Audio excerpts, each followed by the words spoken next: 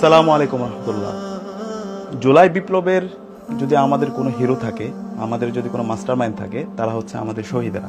এই জুলাই বিপ্লব নিয়ে এখন পর্যন্ত যারা কাজ করেছেন, বাংলাদেশ জামাত ইসলামী জুলাই বিপ্লবের শহীদ এবং গাজীদেরকে নিয়ে সবচেয়ে বড় কাজটি করেছেন। আপনারা দেখতে পাচ্ছেন এখানে জুলাই বিপ্লবের শহীদ যারা, তাদেরকে নিয়ে 10 খণ্ডের একটি স্মারক বাংলাদেশ জামাত ইসলামী বের করেছে।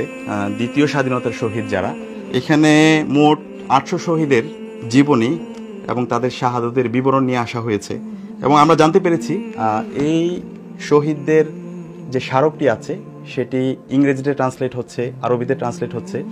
এবং জুলাই বিপ্লবে যে আমাদের 2000 শহীদ হয়েছে, প্রত্যেক শহীদকে তারা তাদের স্মারকে নিয়ে আসবে। তো এটা হচ্ছে মৌলিক কাজ। আমাদের এই দায়িত্বটা নেওয়া দরকার ছিল রাষ্ট্রের পক্ষ থেকে, এবং বাংলাদেশের যে রাজনৈতিক দলগুলো আছে তাদের জুলাইয়ের শহীদদেরকে নিয়ে এই ধরনের স্মারক বের করার কথা ছিল। কিন্তু 10 মাস যাওয়ার পরও আমরা দৃশ্যমান ওরকম কোনো কাজ দেখতে পাচ্ছি না।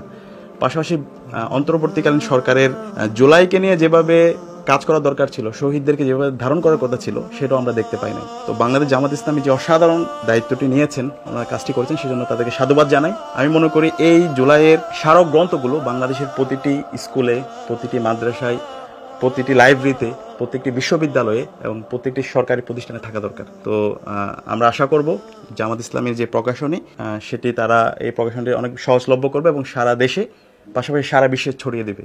ধন্যবাদ।